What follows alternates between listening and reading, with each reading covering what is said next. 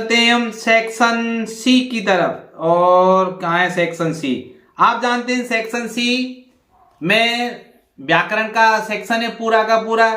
इसमें किस तरह से प्रश्न आते हैं? देखिए, पहला जो प्रश्न होगा उसमें 5 ऑब्जेक्टिव प्रश्न मिलेंगे correct form of the verb के लिए। ऐसा भी हो सकता है करेक्ट फॉर्म ऑफ वर्ब कोष्टक में लिखी हो और आपको उसका सही रूप लिखना हो, तो मैंने यहां एबीसीडी के रूप में लिख दिए।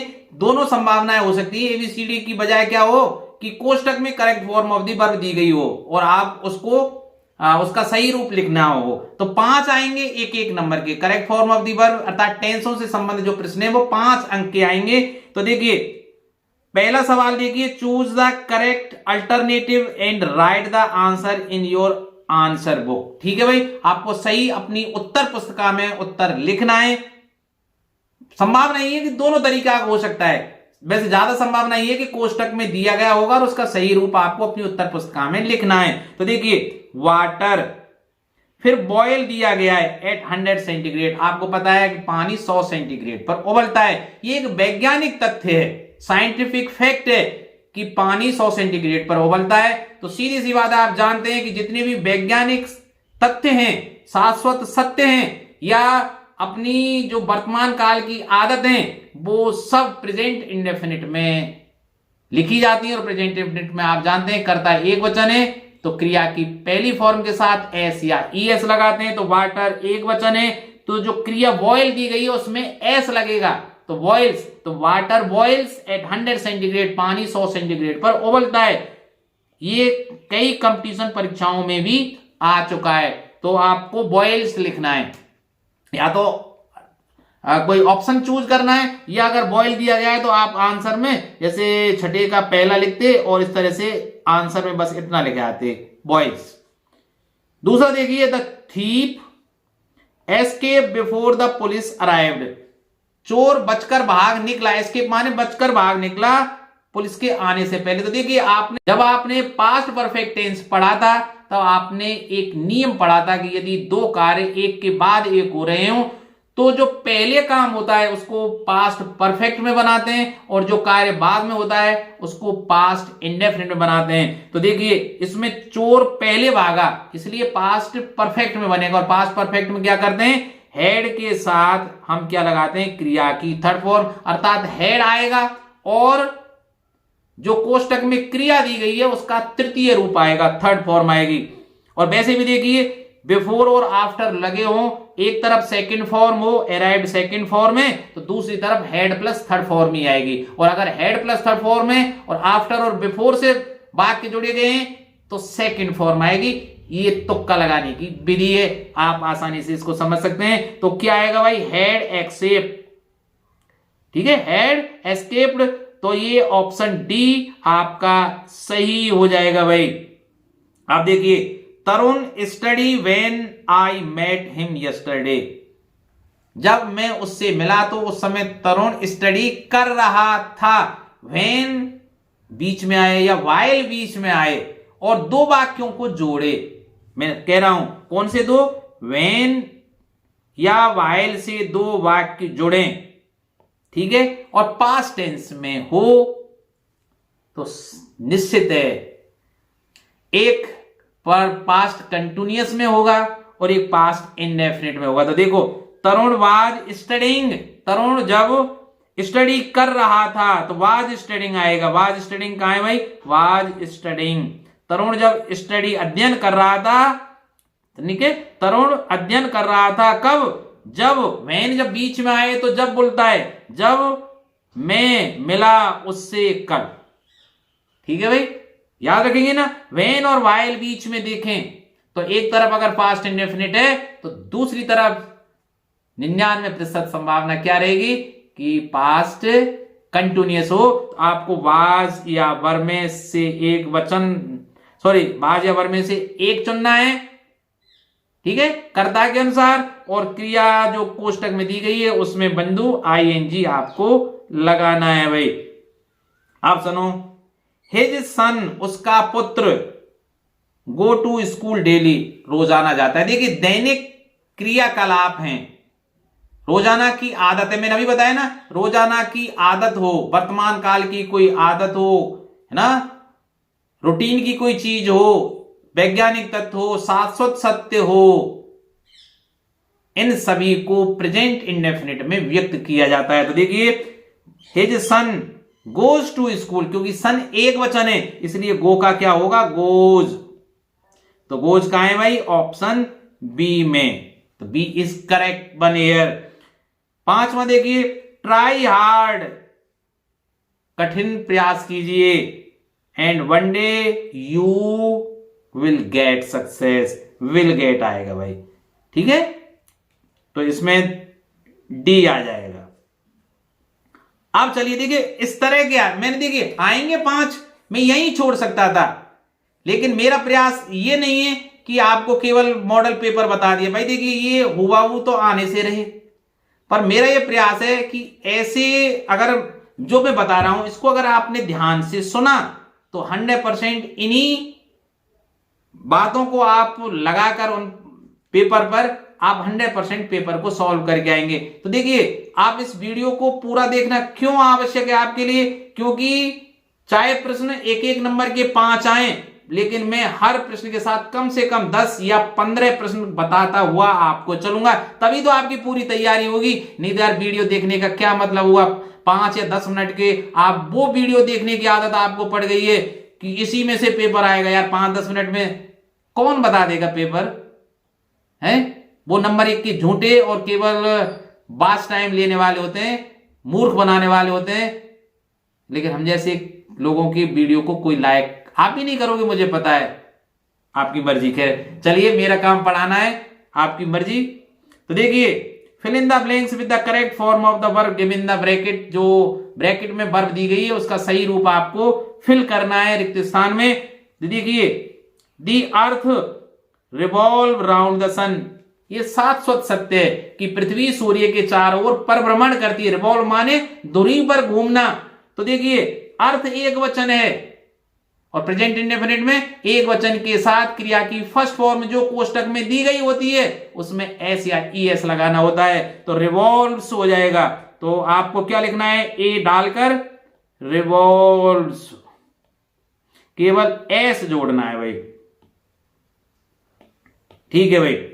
राम अराइव फ्रॉम चेन्नई देखिए, यस्टरडे आपने देखा, ठीक है। यस्टरडे देखते ही आपको तुरंत समझ जाना चाहिए कि ये पास्ट इंडेफिनिट का है, और पास्ट इंडेफिनिट में क्या करते हैं, कर्ता एक वचन हो चाहे बहुवचन हो, क्रिया की सेकंड फॉर्म का प्रयोग करते हैं। आपको पता है भाई, यार सरल सा है। तो अराइव्ड हो जाएगा, इसमें क्या हो जाएगा, अराइव्ड। दूसरे में आप अराइव्ड लिख कर आएंगे। यस्टरडे से पहचाना मैंने। देखिए ध्यान से देखना, she finish her work before Ali के, मैंने अभी बताया ना, जब दो कार्य एक साथ हो रहे हों तो जो पहले काम होता है उसको पास्ट परफेक्ट में बनाते हैं, और जो बाद में होता है उसको पास्ट इंडेफिनिट में। तो देखिए, उसने पहले काम पूरा कर लिया था अली के आने से पहले, तो अली के साथ सेकंड फॉर्म में, तो सी के साथ हैड प्लस थर्ड फॉर्म आएगा। तो आप क्या भरेंगे इसमें, हैड और फिनिश्ड। हेड के साथ क्या आएगा, फिनिश्ड। कैसे पता लगाया मैंने, बिफोर और आफ्टर चुगली कर देते हैं कि भैया ये पास्ट परफेक्ट या पास्ट इंडेफिनिट इसमें आएगा। अब यहां आपने सेकंड फॉर्म देख लिया, तो यहां हेड प्लस थर्ड फॉर्म आएगा। हेड अपनी तरफ से लिखिए और जो क्रिया दी गई है कोष्टक में उसकी थर्ड फॉर्म कर दीजिए यार। डी देखिए, वी लिव हियर सिंस 2014, इसका मतलब हम यहां 2014 से रह रहे हैं। देखिए, सिंस और 4 दिया गया हो और बाद में समय दिया गया हो तो निश्चित है परफेक्ट कंटिन्यूअस का टेंस है। कुछ अलग दूसरा वाक्य नहीं दिया गया है जिससे पता लग सके कि ये प्रेजेंट का है, पास्ट का है या फ्यूचर का है, तो मैं इसको प्रेजेंट मानते हुए लिख रहा हूं कि हम यहां 2014 से रह रहे हैं। समय दिया गया है तो प्रेजेंट परफेक्ट कंटिन्यूअस, और प्रेजेंट परफेक्ट कंटिन्यूअस में क्या करते हैं बताइए आप, हैव बीन या हैज बीन, और क्रिया की फर्स्ट फॉर्म में आईएनजी, तो वी के साथ आएगा हैव, तो अपनी तरफ से हैव बीन लिखा, और जो क्रिया दी गई है उसमें आईएनजी। ध्यान रखना, हैव बीन लिविंग लास्ट की ई को हटाकर आईएनजी लगाते हैं।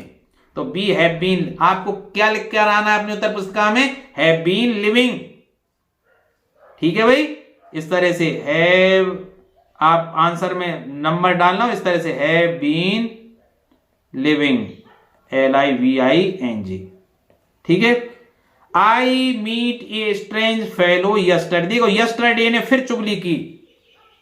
मैं मिला, पास्ट इंडेफिनिट, और पास्ट इंडेफिनिट में कर्ता देखने की कोई जरूरत नहीं है, कर्ता के तुरंत बाद सेकंड फॉर्म लगा दीजिए। तो मीट की सेकंड फॉर्म क्या होती है? मेट, MET, एक ई हट जाएगी। ठीक है भाई, जैसे फीड FEED, तो FED फेड हो जाता है, तो मीट की मैट हो जाता है। Shankar play when we went to his house, देखिए मैंने पहले ही बताया था व्हेन और वाइल, इससे पहले में अरे यही आते हैं यार हर बार कि व्हेन या वाइल बीच में हो, दूसरी तरफ पास्ट इंडेफिनिट हो, तो भैया रिक्त स्थान में बाद या वर के बाद ING लगा दो जो दी गई क्रिया कोष्टक में है उसमें।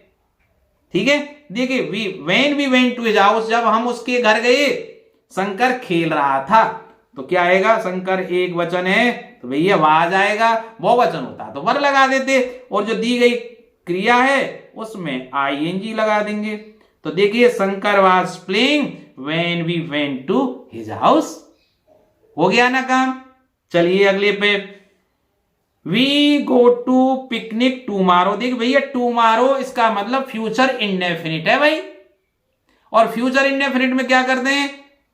आई और वी के साथ सेल लगाते हैं, और क्रिया की फर्स्ट फॉर्म आती है। शेष सभी कर्ताओं के साथ विल के साथ फर्स्ट फॉर्म आती है, जब तक कोई इरादा दृढ़ निश्चय ना हो। ऐसी दृढ़ कोई वायदा हो, दृढ़ निश्चय हो, तो स्थिति बदल जाती है, अर्थात आई और वी के साथ हम विल का प्रयोग कर सकते हैं, शेष कर्ताओं के साथ सेल का भी प्रयोग कर सकते हैं। तो पर यहां तो कुछ ऐसा है नहीं, तो वी सेल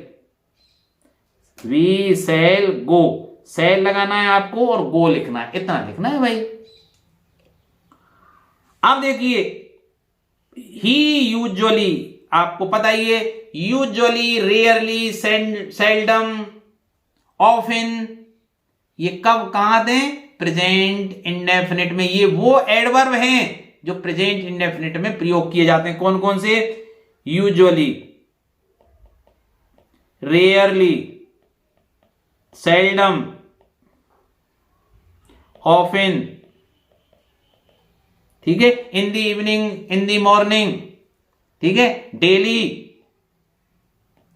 ये सब प्रेजेंट इंडेफिनिट में भाई, प्रेजेंट सिंपल में यूज करते हैं। अब प्रेजेंट सिंपल में क्या करते हैं?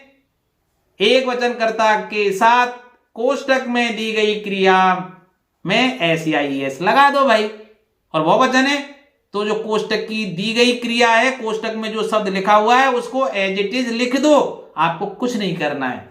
तो ही एक वचन है इसलिए गेट्स अप, ही गेट्स, आपको गेट्स लिखना है। तो ही यूजुअली, वो सामान्यतः खड़ा होता है, अर्ली इन द मॉर्निंग, सुबह जल्दी खड़ा होता है।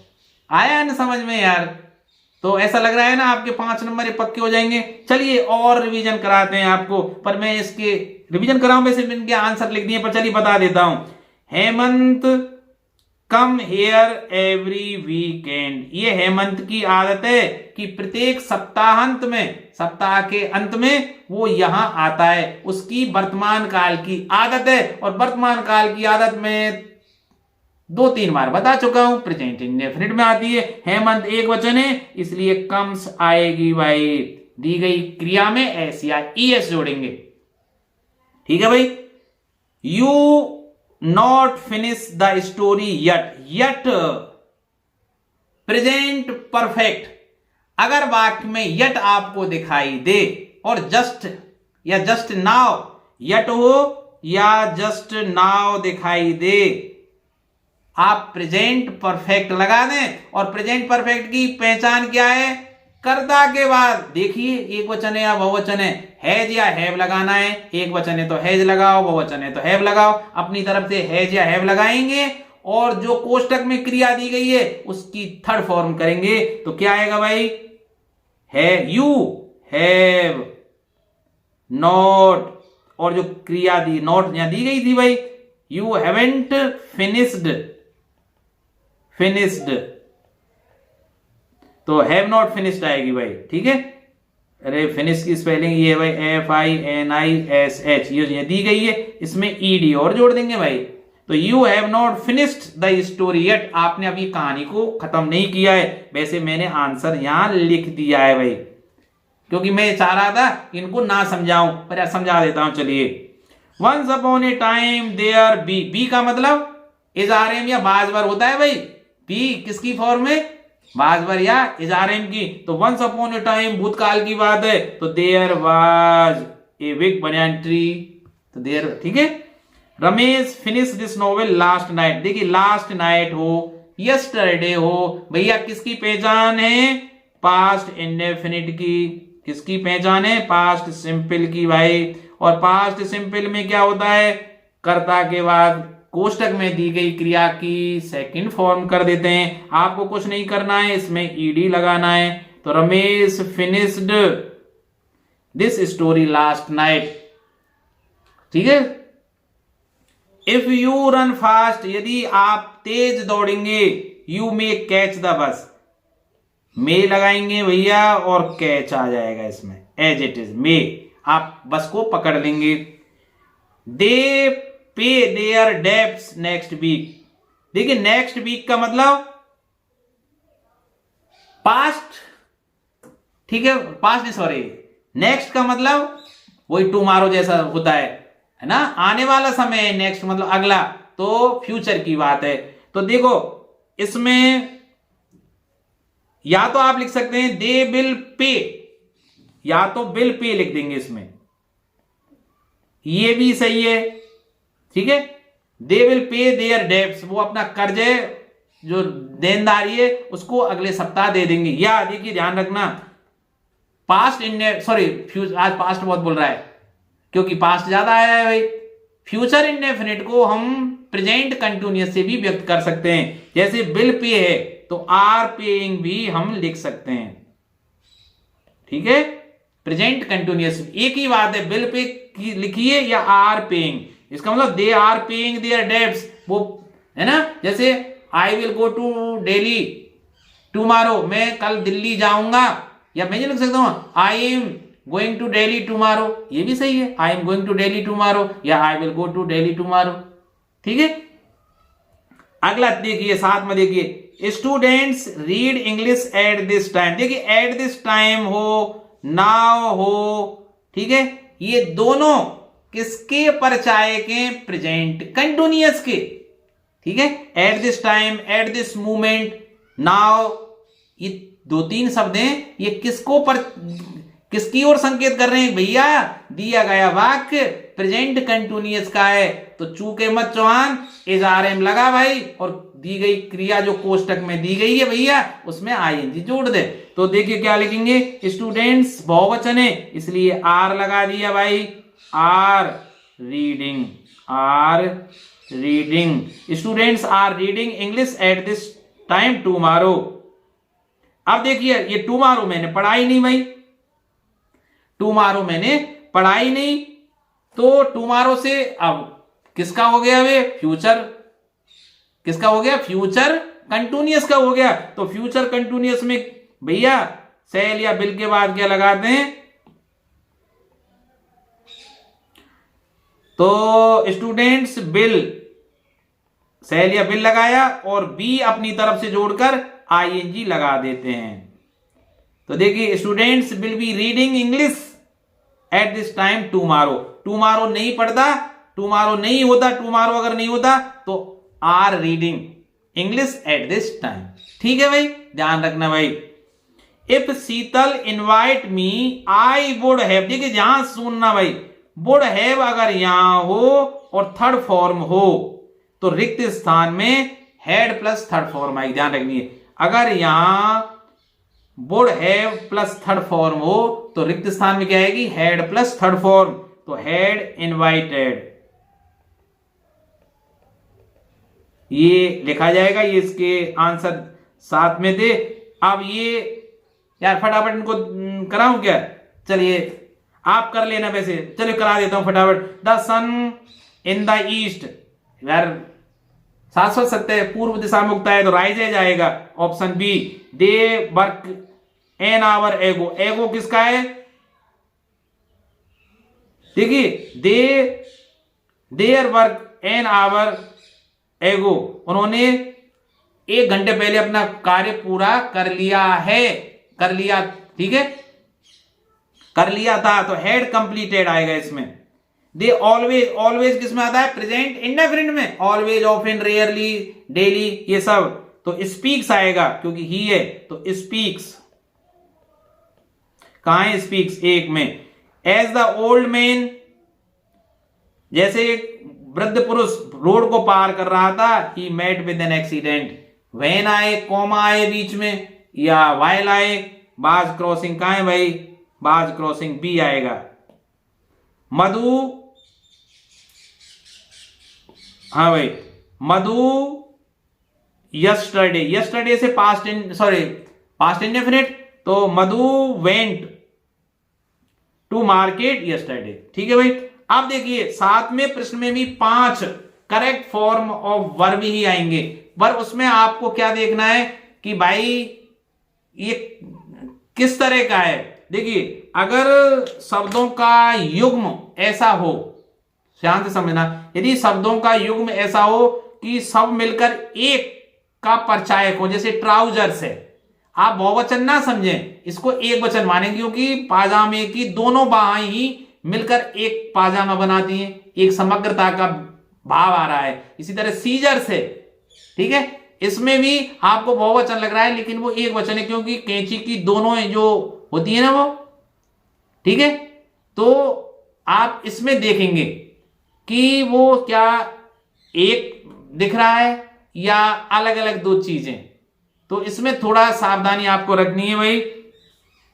तो ये 5 नंबर के और आएंगे, तो मतलब वर्ब के हिसाब, वर्ब को नाउन के हिसाब से एग्रीमेंट आपको कराना है, ये भी 5 नंबर के आपको आएंगे। मैंने परीक्षा आपकी सरलता के लिए, आपकी तैयारी के लिए 10 दे दिए हैं, आप 10 में तैयारी कर लेंगे। देखिए फ्यू स्टूडेंट्स, फ्यू का मतलब क्या होता है, ना के बराबर, बहुत ना के बराबर। ए फ्यू का मतलब कुछ तो हैं पर बहुत थोड़ी सी हैं, जरा सी हैं, ठीक है, और दी फ्यू जितने हैं जो थोड़ी, वो सब कुछ। तो देखिए मैं आगे डिटरमाइनर जब 5 नंबर के आएंगे उसमें पढ़ाऊंगा तब आपको। तो देखिए few students present in the class today, इसमें देखिए इजारे में से एक छांटना पड़ेगा आपको या बाज वर्ब में से, तो वो कोष्टक में दिए गए होंगे, मैंने ये 4 लिख दिए, 4 नहीं आएंगे आपको ऑप्शन में, वो कोष्टक में दिए गए होंगे, 2 में से एक छांटना होगा आपको। तो देखिए few students are present in the class today, few student बहुवचन है भाई, वैसे फ्यू ना के बराबर पर कुछ तो है भाई, तो फ्यू स्टूडेंट्स आर प्रेजेंट, तो इसमें आर आएगा भाई। Sohan as well as his brother, देखिए सोहन और उसका भाई, देखिए अब क्या आएगा इसमें, हैव नहीं आ सकता क्योंकि सोहन और उसका भाई, सोहन ना कि एज वेल एज के बाद जुड़ता है, तो लास्ट वाले को देखते हैं, एज हिज ब्रदर एक वचन है इसलिए हैज आएगा। सोहन और उसका भाई आ चुके हैं, हैज के साथ थर्ड फॉर्म में कम केम कम। नाइदर ऑफ द स्टूडेंट्स, देखिए नाइदर का मतलब उनमें से कोई नहीं, स्टूडेंट, अब देखिए ध्यान रखिए, अब आप स्टूडेंट्स को देखकर बहुवचन मान लेंगे, नहीं है भाई, देखिए नाइदर ऑफ द स्टूडेंट्स, जितने भी स्टूडेंट्स थे उनमें से कोई नहीं, अर्थात एक वचन, ठीक है। Neither of the students was absent, तो यहां क्या आएगा, वाज आएगा भाई, ठीक है। हैड और हैव का तो कोई मतलब ही नहीं था, वाज और वर्ब में से ही मुझे चूज करना था। दी कमेटी, अब कमेटी में सदस्य तो बहुत होते हैं, वही बात आई अभी, अब कमेटी में सदस्य तो बहुत होंगे लेकिन सभी मिलकर एक यूनिट के तरह कार्य करेंगे, इसलिए एक वचन ही आएगा इसमें। The committee is meeting tomorrow, कल मिल रही है भाई, वही आगे ना, tomorrow present continuous future indefinite की तरह व्यवहार करता है, तो यहां इज आएगा भाई। दी नोवेलिस्ट एंड पोइट। अब देखिए कोई व्यक्ति, अब देखो यहां अंतर हो सकता है, उपन्यासकार और कवि। अगर ये एक ही व्यक्ति के लिए, ध्यान से सुनना भाई मेरी बात, अगर ये एक ही व्यक्ति के लिए है तो एक वचन क्रिया आएगी। अब देखिए दी नोवेलिस्ट एंड पोइट डेड, यार मरा है तो एक ही तो मरा है भाई, एक ही व्यक्ति के लिए आया होगा।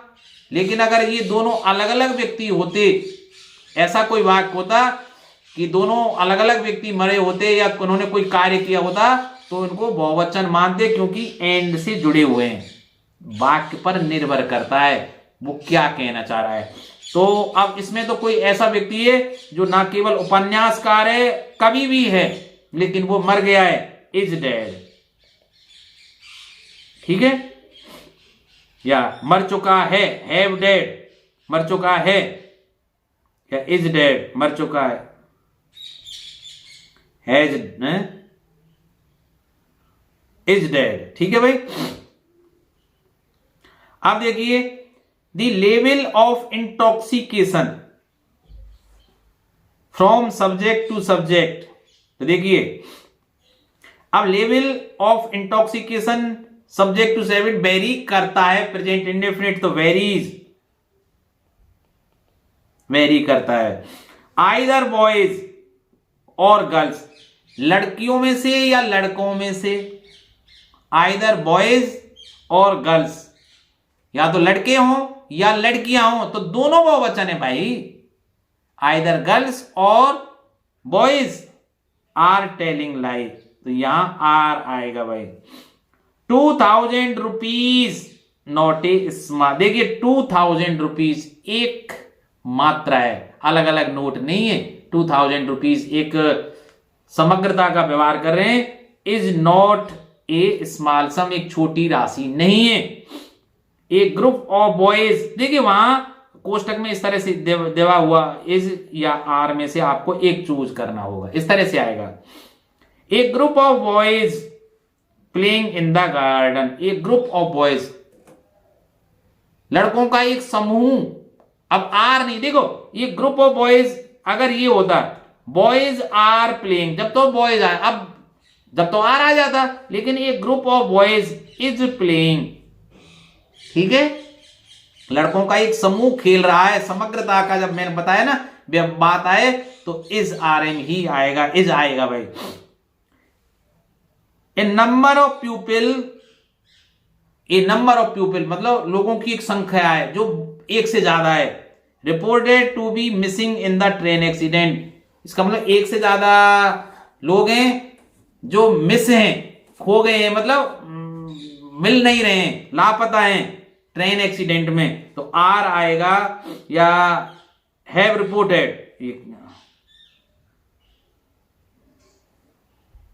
ठीक है, तो were reported to be missing in the train accident, were reported. ठीक है भाई, वर आएगा इसमें, क्योंकि भूतकाल की बात है भाई ये।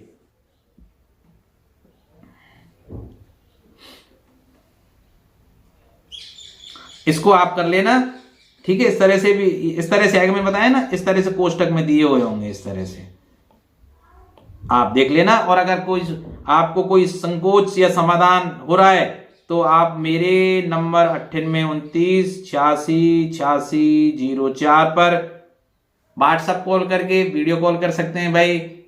इस वीडियो में कमेंट डाल सकते हैं या जैसे आप चाहें पूछ सकते हैं। मैं आपकी सेवा के लिए हर समय तत्पर हूं। अब देखिए, fill in the blanks with the suitable determiner, आपको उपयुक्त डिटरमाइनर का प्रयोग करके, और डिटरमाइनर भी आपके कोर्स में, अब देखिए डिटरमाइनर में ए एन डी आते हैं आपके, सम, एनी, मच, और फ्यू वाला मतलब few, a few, the few, little, a little और दी लिटिल, इनका प्रयोग आपसे पूछ सकता है। तो 5 नंबर के लिए जो चाहे वो पूछेगा। आर्टिकल भी डिटरमाइनर होते हैं, some, any, many, few, a few, the few, little, the little, ठीक है।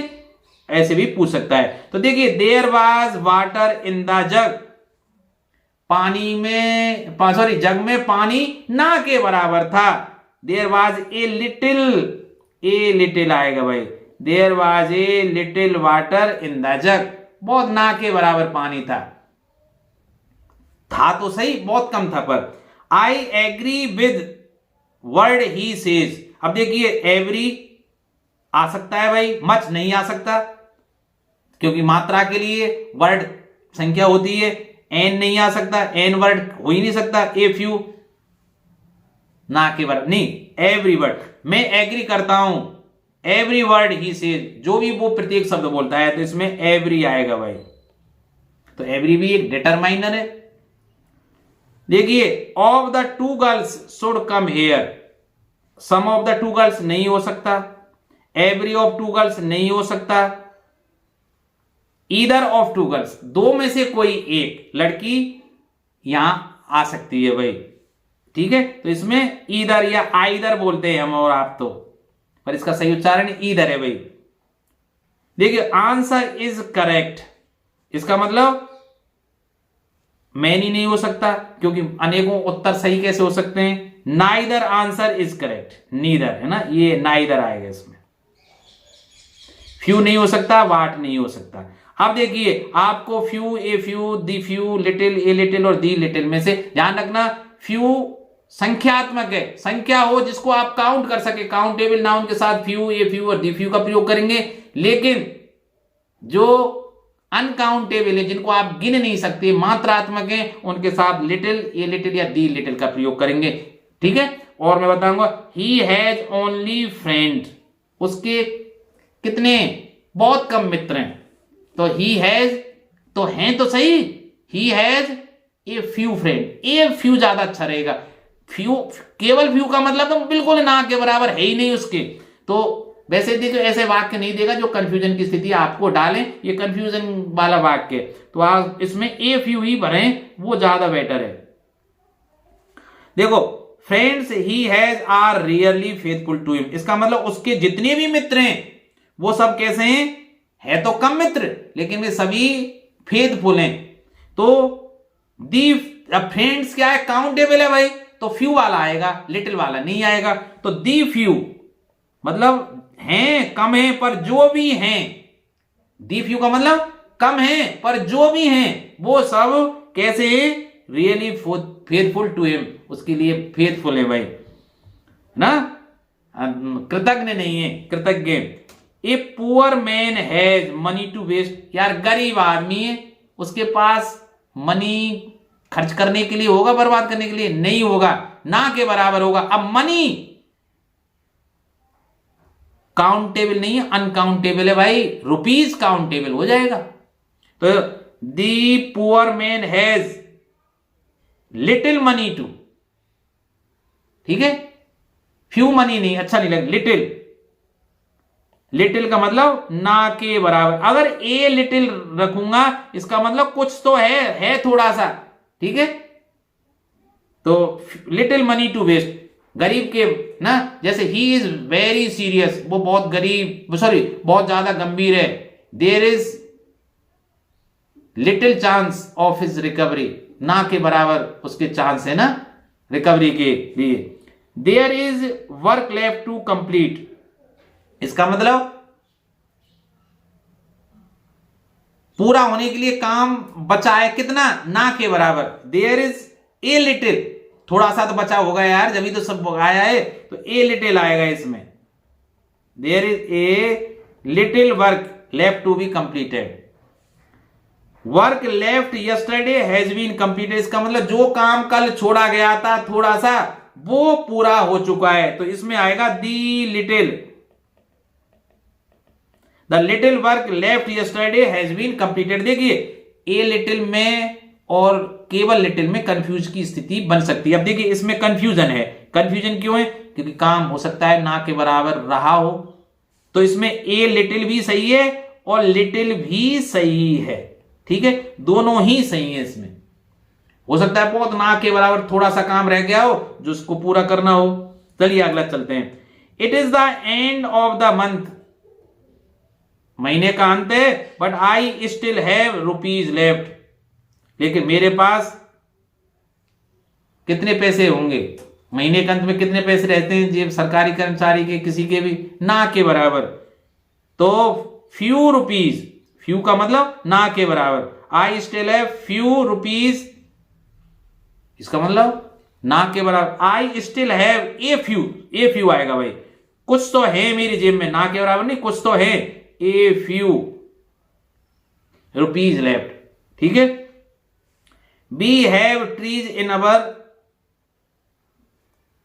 स्कूल, हमारे स्कूल में ना के बराबर थोड़ी, कुछ पेड़ तो होंगे यार, तो वी हैव ए फ्यू, बहुत कम है, ट्रीज काउंटेबल है भाई, ट्रीज को गिन सकते हैं, जिनको गिन सकते हैं फ्यू लगाइए, जिनको नहीं गिन सकते लिटिल लगाइए। ही इज वेरी बिजी, वो बहुत बिजी है। ही हैज टाइम, अब टाइम काउंटेबल नहीं है, टाइम को गिन नहीं सकते हैं आप, तो लिटिल लगाएंगे, तो ही हैज लिटिल, उसके पास ना के बराबर समय है। ए लिटिल मत गिर देना, बहुत बिजी आदमी यार, उस पर समय कहां होगा, है ना, और एटिल लिख दिया, इसका मतलब वो बिजी है ही नहीं, ज्यादा बिजी। वेरी शब्द लिखा हुआ है, ही इज वेरी बिजी, थोड़ा बहुत बिजी होता तो उसके पास थोड़ा सा समय होता, इसके तो ना के बराबर, लिटिल का मतलब ना के बराबर समय है उसके पास। आइए, the lady has ornament to give, lady के पास है कुछ गहने देने के लिए, ऑर्नामेंट गिन सकते हैं, दी फ्यू, भाई गहनों को हम गिन सकते हैं, ठीक है, the few. We dropped the idea to visit Delhi as we had, भाई हमने दिल्ली जाने का इरादा त्याग दिया क्योंकि हमारे पास कितना धन था, कितना धन था, little money, we had little money, ना के बराबर धन था, हमारे पास ज्यादा धन होता तो हम आइडिया को ड्रॉप क्यों करते। तो देखिए अब प्रश्न संख्या 9, आपको बताइए ग्रामर में क्या क्या आ रहा है। टेंस 5 नंबर के, सब्जेक्ट वर्ब कंकॉर्ड, उसमें भी करेक्ट फॉर्म ऑफ वर्ब भी भरा जाता है, पर वो देख के कि भाई एक वचन संज्ञा मानी जाएगी या बहुवचन संज्ञा मानकर या कर्ता मानकर हम वर्ब का प्रयोग करेंगे। फिर डिटरमाइनर 5 नंबर के और 5 नंबर के प्रीपोजिशन। अब आते हैं प्रीपोजिशंस पर भाई। तो देखिए पहला प्रीपोजिशन जैसा मैंने बताया ये भी 5 नंबर के ही होंगे। तो देखिए fill in the blanks with the suitable preposition. पहला प्रश्न है I congratulated her on her success. ठीक है, जब किसी सफलता पर बधाई देते हैं तो ऑन प्रीपोजिशन का प्रयोग होता है। तो option A will be correct one here. There is a park the temple. अब पार्क टेम्पल के बगल में हो सकता है। देखिए ऑन नहीं हो सकता क्योंकि भाई टेम्पल के ऊपर पार्क नहीं हो सकता। फ्रॉम नहीं हो सकता, फ्रॉम अलग होने के लिए है ना, फ्रॉम प्रीपोजिशन का प्रयोग अलग होने के लिए करते हैं या किसी स्थान से दूसरे स्थान के लिए करते हैं। बिहाइंड हो सकता है।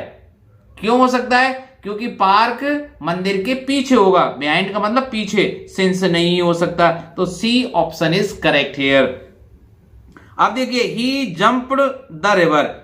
देखो वो कूदा कहां? नदी में।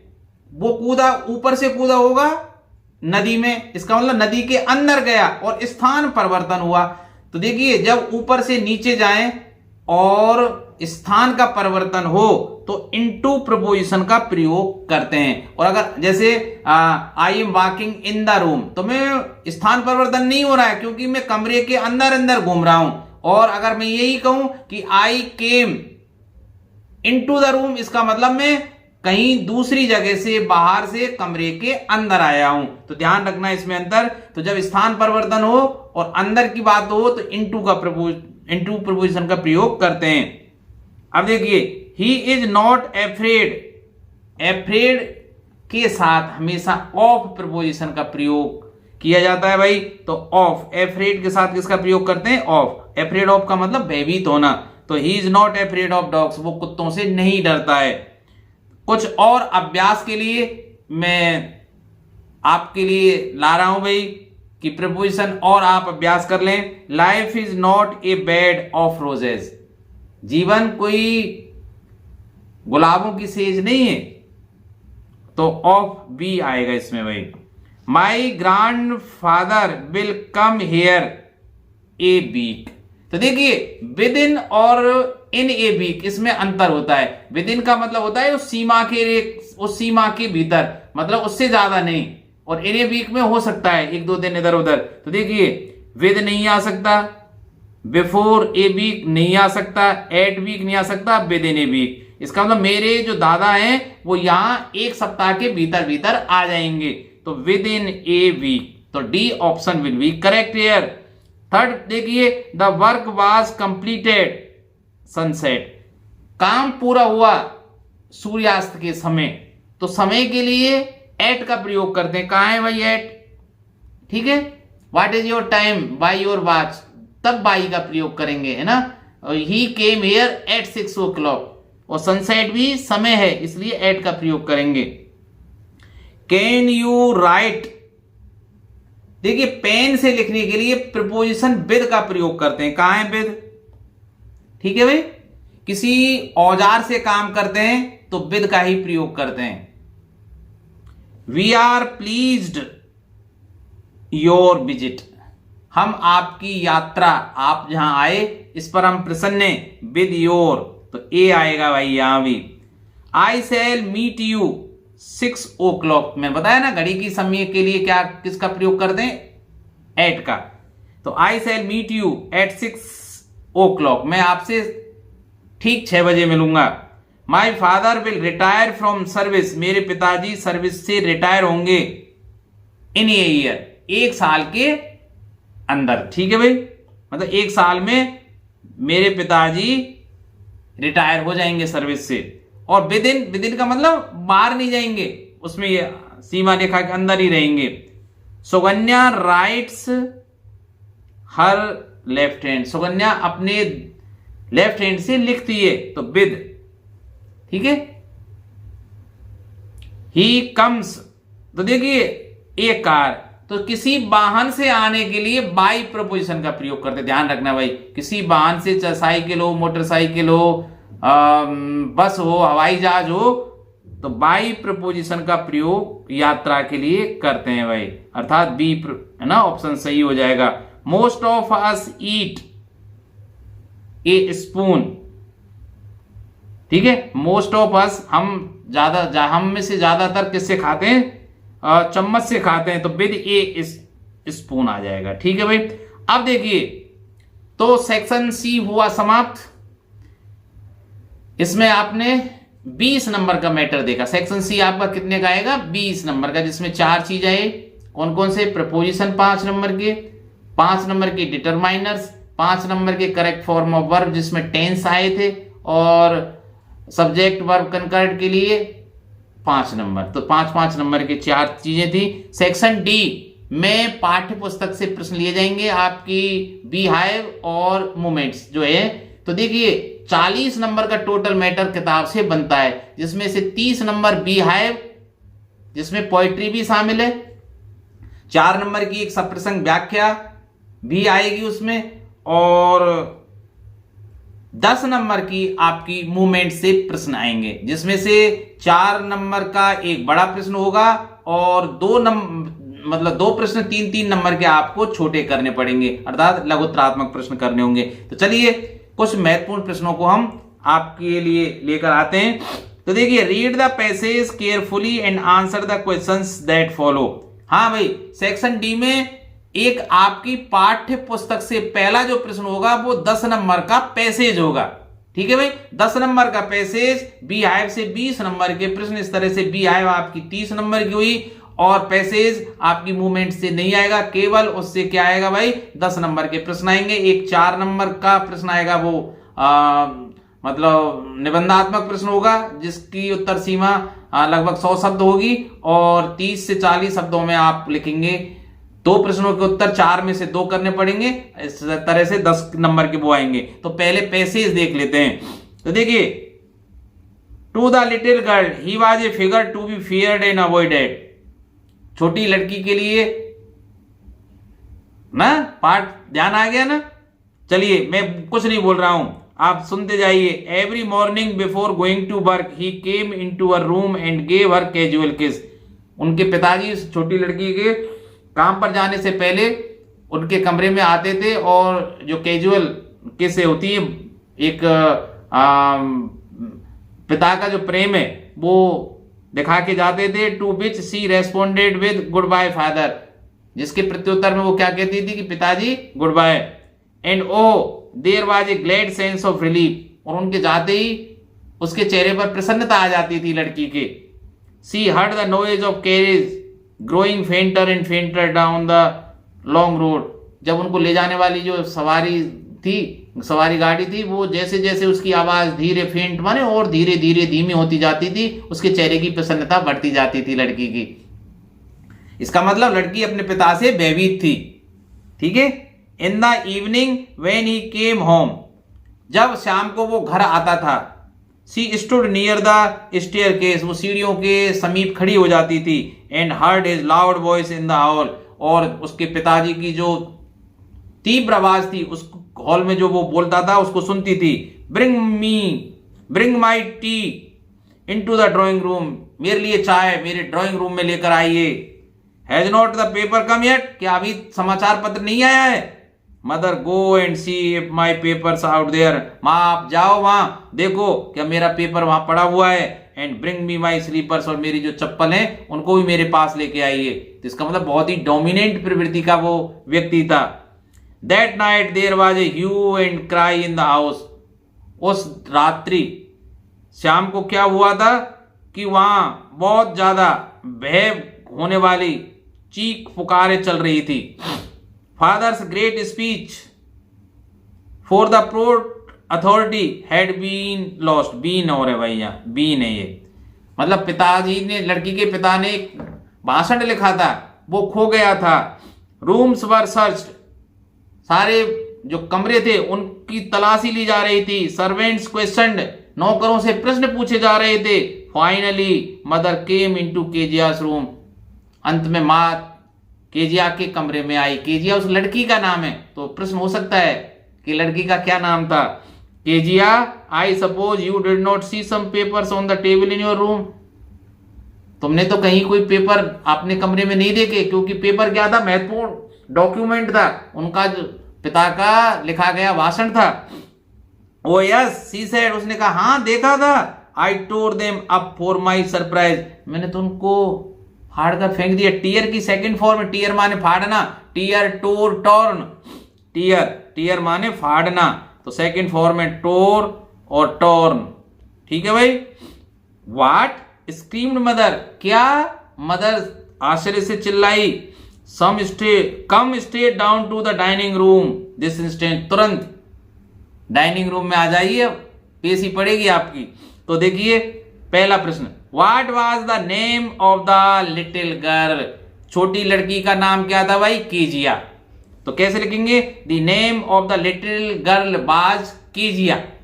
केजिया कहाँ है, ये रहा केजिया, वेयर इज केजिया, ये रहा भाई केजिया। ठीक है। अब देखिए what was her father's routine before going to work, देखिए what was her father's routine, उसके पिता का क्या कार्यक्रम था, रूटीन थी, दैनिक चर्या क्या थी, बिफोर गोइंग टू वर्क, जब वो काम पर जाते थे उससे पहले वो क्या करते थे, केजिया के कमरे में आता था और उनको एक कैजुअल किस देते थे। तो देखिए मैंने आंसर इनके लिख दिए, the name of the little girl was Kezia, लिख दिया भाई। दूसरा प्रश्न, every morning before going to work, रोजाना कमरे में मतलब काम पर जाने से पहले, ही अर्थात वो father, came in to a room, उसके कमरे में आता था, एंड गेव हर एक कैजुअल किस, और उसके लिए कैजुअल किस देता था। ठीक है भाई। अब देखिए अगला प्रश्न देखिए, when did the girl feel relieved, देखो व्हेन माने कब, लड़की फील महसूस करती थी, रिलीव्ड आराम कब महसूस करती थी, जब उसके पिता की गाड़ी की आवाज धीरे धीरे कम होती जाती थी तो लड़की को सुकून मिलता था। ये रही थी ना लाइन, हाँ ये रही, when she heard the noise of the carriage growing fainter and fainter down to the long road। तो आप यहां से लेकर यहां तक लिखेंगे बंधु, और वैसे में लिख कर तैयार कर रखा है, the girl felt relieved after her father had gone to work. किया ऐसे लिख दीजिए, जब उसका पिता काम पर चला जाता था तब उसके दिल को तसल्ली होती थी। द गर्ल फेल्ट, फील की second form felt relieved after her father had gone to work. भाई आप ये कहेंगे सर आपने लिख कर क्यों रखे? भाई अगर मैं लिख कर नहीं रखता और आपके सामने इनको लिखता तो ये बहुत बहुत बड़ा वीडियो बनता। आप देखिए 14 सवाल देखिए, what was her fathers daily routine after coming from the office. जब वो उसका पिता ऑफिस से आ जाता था तो उसका डेली रूटीन क्या होता था? आते ही चिल्लाता था, हैं मेरे लिए चाय लेकर आओ, अखबार अभी तक आया या नहीं आया, मेरी स्लीपर लेकर आओ, चप्पलों को लेकर आओ। तो देखिए मैंने लिख कर रखा है, after coming from office, office से आने के उपरांत, in the evening he cried loudly, वो जोर से चिल्लाता था, फॉर टी एंड न्यूज़पेपर। ठीक है, किसके लिए चिल्लाता था? चाय के लिए और न्यूज़पेपर के लिए। देखिए आता था ना, ये रहा ना, bring my tea in to the drawing room, has not paper come yet.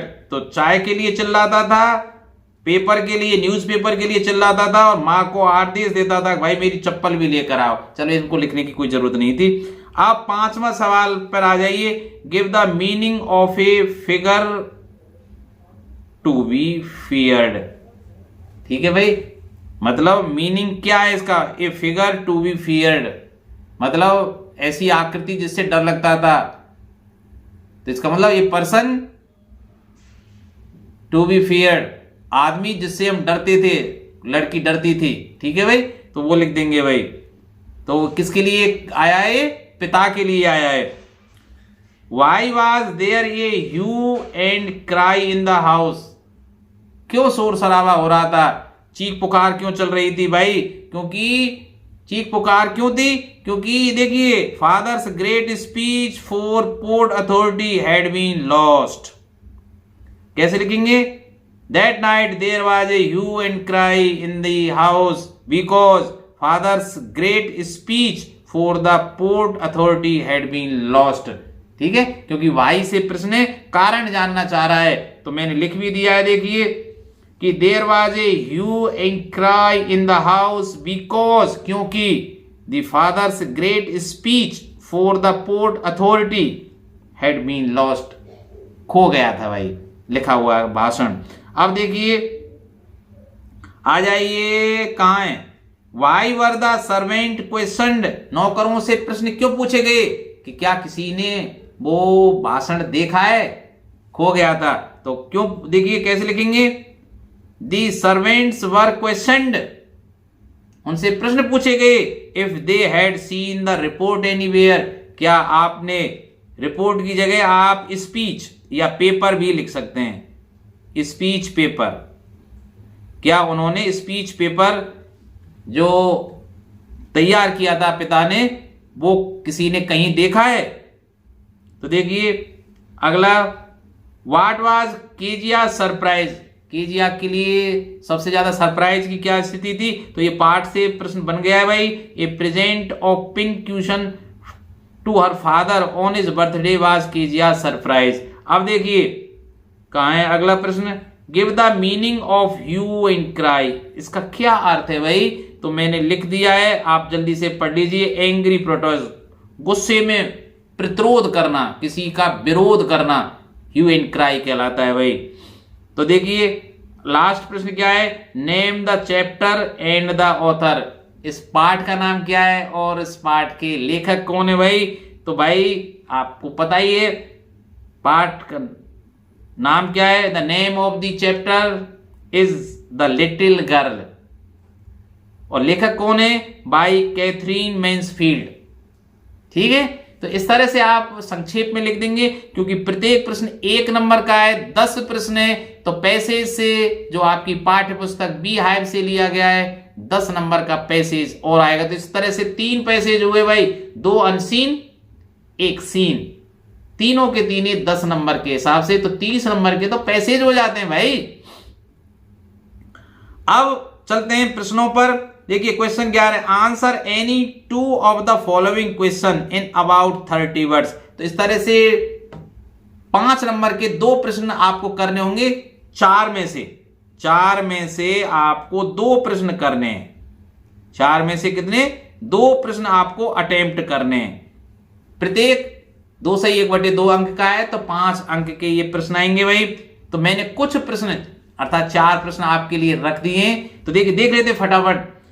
पहला प्रश्न, what difference do you find in present school and the school described in the lesson the fun they had. तो जो chapter है आपका the fun they had में वर्तमान school, जो आजकल के स्कूल होते हैं, और जो इस पाठ में वर्णित स्कूल हैं, उनके बीच क्या अंतर है, व्हाट इज द डिफरेंस पूछ रहा है। तो आंसर लिख दिया है मैंने, इन प्रेजेंट डे स्कूल्स, आजकल के जो स्कूल हैं, student study together in A separate building, ना, सभी छात्र एक साथ अध्ययन करते हैं एक अलग बिल्डिंग में। And teachers are human being, और टीचर कैसे होते हैं? मानवीय, मानव होते हैं। लेकिन जो पाठ है ना द फन दे हैड, इसमें इन the lesson the school was at home, school कहां था? घर में, जबकि आजकल के स्कूल घर में नहीं होते। And the teacher was mechanical, machine थी भाई। टीचर क्या था? यांत्रिक था, अर्थात मशीन था। तो ये अंतर था।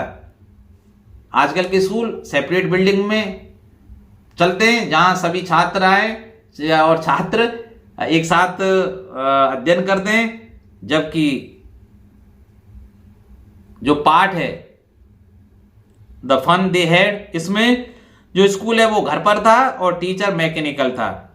अगला प्रश्न देखिए, what did the doctor do on seeing the snake. Doctor ने जब सांप की परछाई देखी तो उसने क्या किया? याद आ गया पाठ का? मैंने जानबूझकर पाठ के नाम नहीं लिखे यार, आपको पता है। The doctor saw the snake's reflection in the mirror, doctor ने सांप की जो परछाई है वो दर्पण में देखी थी। रिफ्लेक्शन माने परछाई, कहां? मिरर, दर्पण में। ही देन, वह तब went to have a closer look, नजदीक गया कि नजदीक से जाकर देखूं ये परछाई किसकी है, कहीं मन का वहम तो नहीं है। He got up from the chair, वो अपनी कुर्सी से खड़ा हुआ।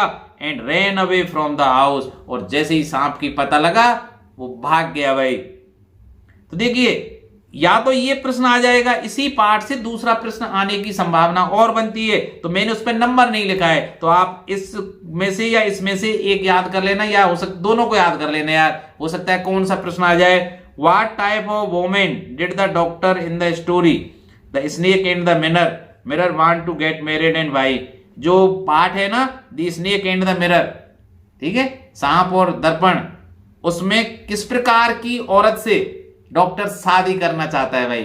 ठीक है, आजकल सब दुबली पतली से शादी करना चाहते हैं, सुंदर हो दुबली पतली हो, लेकिन इस पार्ट का जो डॉक्टर है, ठीक है, वो कैसी लड़की से शादी करना चाहता है? The doctor who had plenty of money, doctor जिसके पास पर्याप्त धन है, प्लेंटी माने पर्याप्त, एंड गुड मेडिकल प्रैक्टिस, और जिसकी मेडिकल प्रैक्टिस भी बहुत अच्छी चल रही है ना, मरीज भी बहुत दिखाने उस पर आते हैं। Wanted to get married to a women who was fat, वो ऐसी औरत से शादी करना चाहता है, ऐसी महिला से शादी करना चाहता है जो कैसी हो? फैट, मोटी हो। फैट माने मोटी। द रीजन ही गेव, और जो उसका कारण बताता है, रीजन माने कारण, वो बताता है वाज दैट इफ ही, यदि वह, क्या कारण बताता है? कि यदि वह doctor husband ever made any mistake, कि पति के रूप में वह डॉक्टर यदि कभी कोई गलती करता है, and try to run away, और वो भागने का प्रयास करे, she should not be able to catch him, तो वो उसको पकड़ नहीं पाए। मोटी क्या पकड़ेगी डॉक्टर को? ठीक है, तो इसलिए वो शादी, देखो क्या तर्क है उसका, कि अगर गलती कभी डॉक्टर कर दे और उसे घर छोड़कर भागना भी पड़े तो वो औरत उसको पकड़ नहीं पाए, इसलिए वो मोटी औरत से शादी करना चाहता है। And stop him from escaping, मतलब पकड़ नहीं पाए और उसको भागने से या बचकर भागने से रोक नहीं पाए। ठीक है भाई, अब तीसरा प्रश्न देखिए, describe the central idea of the poem the wind. बहुत इंपॉर्टेंट प्रश्न है भाई, कि सेंट्रल आइडिया, दी विंड कविता का सेंट्रल आइडिया, केंद्रीय भाव क्या है, इसको रट लेना, वैसे भी हर जगह काम आ जाएगा। द पोएम विंड इंस्पायर, जो कविता है ना विंड, वो हमें प्रेरित करती है, इंस्पायर्स माने प्रेरित करती है, to face the challenges thrown at us, जो हमारे ऊपर चैलेंज फेंके गए, मतलब हम पर जो आरोपित किए गए, हमें जो चैलेंज दिए गए, with the grit and firm determination, मतलब पूर्ण मनयोग के साथ ना उनका हमें सामना करना चाहिए। We should be strong enough to face all the hardships of life with courage, जीवन में कितने ही मुश्किलात हालात बने, मुश्किलें आए, लेकिन हमें इतना पर्याप्त मजबूत होना चाहिए कि हम उनका साहस के साथ, करेज माने साहस के साथ उनका सामना कर सकें। विंड सिंबलाइजेज, यहां हवा किसका प्रतीक है, विंड किसका प्रतीक है, सिंबल माने प्रतीक, सिंबलाइज माने किसका प्रतीकात्मक है भाई, प्रॉब्लम एंड ऑब्स्टेकल, हमें जो समस्याएं और बाधा, ऑब्स्टेकल माने बाधा, प्रॉब्लम माने परेशानी, तो जो हमें परेशानी और बाधा उत्पन्न होती हैं उसका प्रतीक क्या है, wind. That we all face, जो हम जिनका हम सामना करते हैं, and go through at some point time in our life, जीवन के किसी ना किसी बिंदु पर या मोड़ पर जिनका हम सामना करते हैं, विंड उसी समस्याओं की या बाधाओं की प्रतीक है भाई, तो इसको ढंग से याद कर लेना।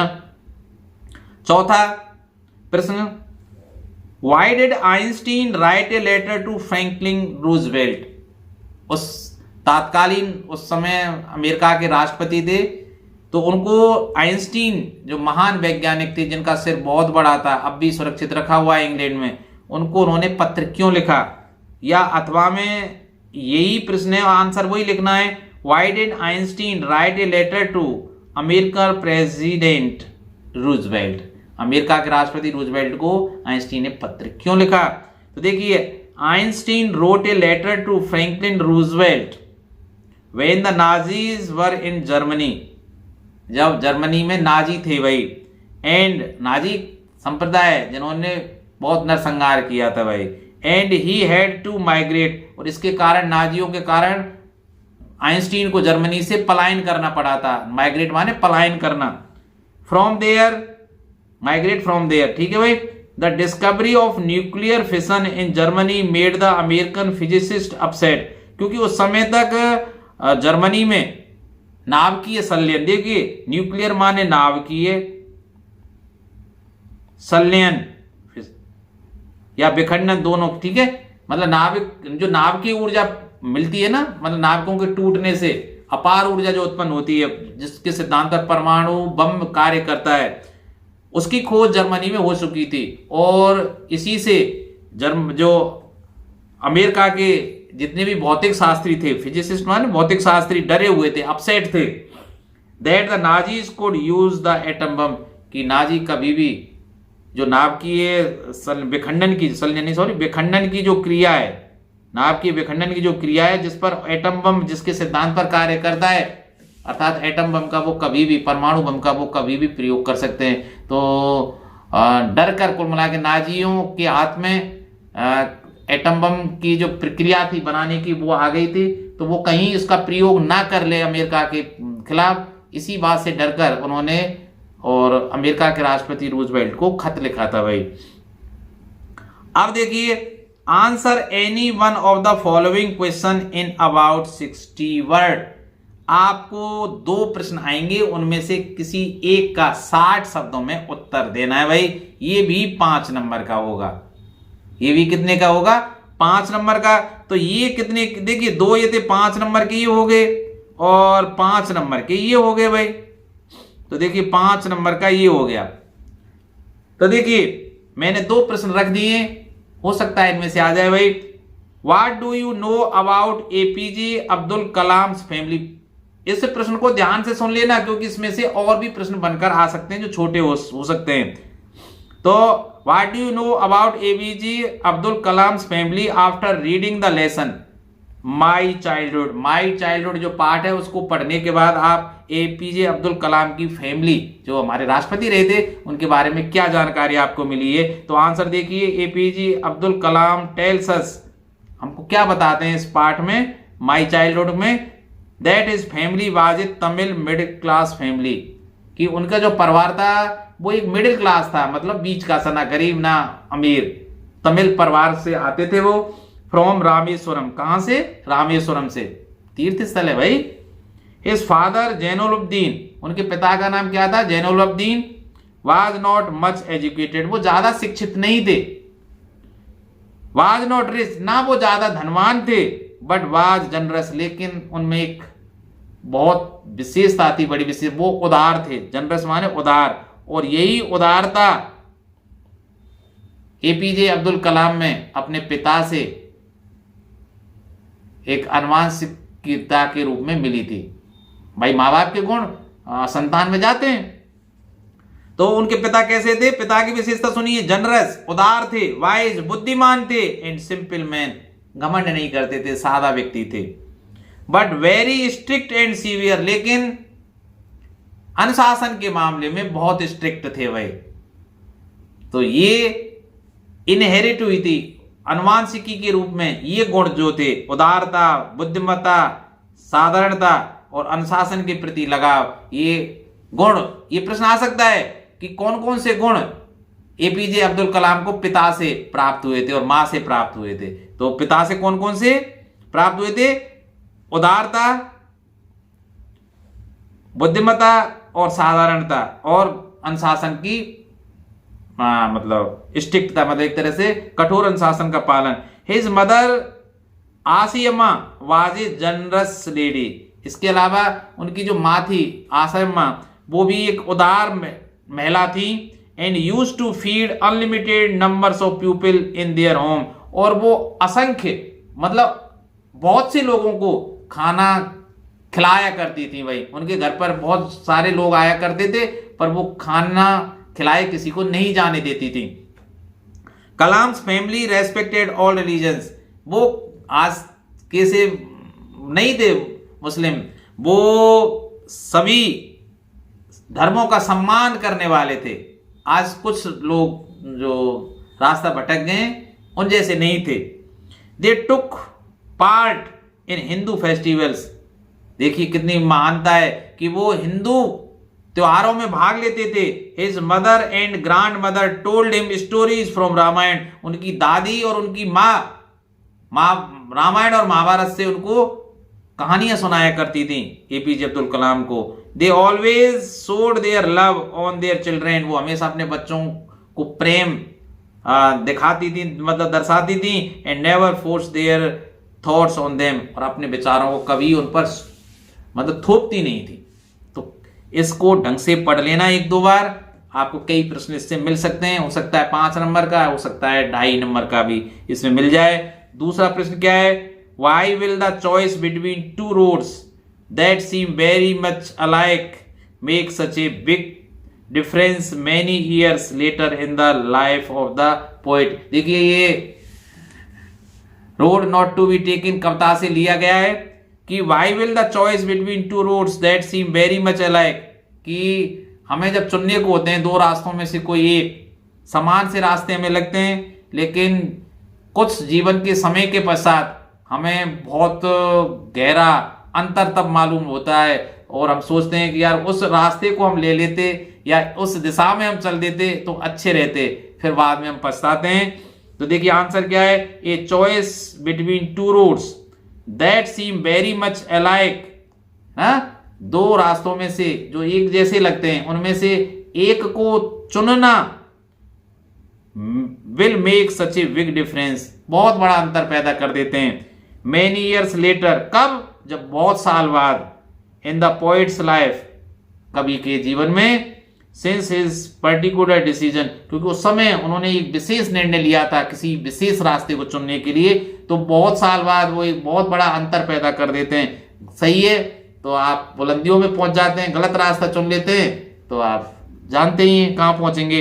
दिस पथ opened up many different opportunities for him in future, क्योंकि जो रास्ता हम चुनते हैं भविष्य में जाकर वो अनेकों अवसर हमें प्रदान करता है, अपॉर्चुनिटी, अवसर प्रदान कराने वाला होता है। The decision that he now make उस समय जो वो डिसीजन या निर्णय जो लेता है विल इन्फ्लुएंस हिम, वो उन पर प्रभाव, इन्फ्लुएंस माने प्रभावित करेगा, एंड इज लाइफ, उसको प्रभावित करेगा और उसके जीवन को प्रभावित करेगा, and is rest of the decision, और उसके बाद जीवन के जितने भी निर्णय लिए जाएंगे, since the two roads are same, क्योंकि रास्ते में एक जैसे दिखाई देते हैं, मतलब उवापो की स्थिति बन जाती है कि भाई कौन सा निर्णय करे, they still have varied option in them, उनमें भी अलग अलग ऑप्शन मिलते तो हैं, पर सही समय पर सही निर्णय लेना बिरले ही ले पाते हैं भाई।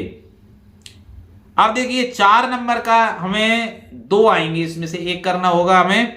Explain any one of the following stanza with the reference to context, आप रेफरेंस टू कॉन्टेक्स्ट प्रसंग व्याख्या करनी है।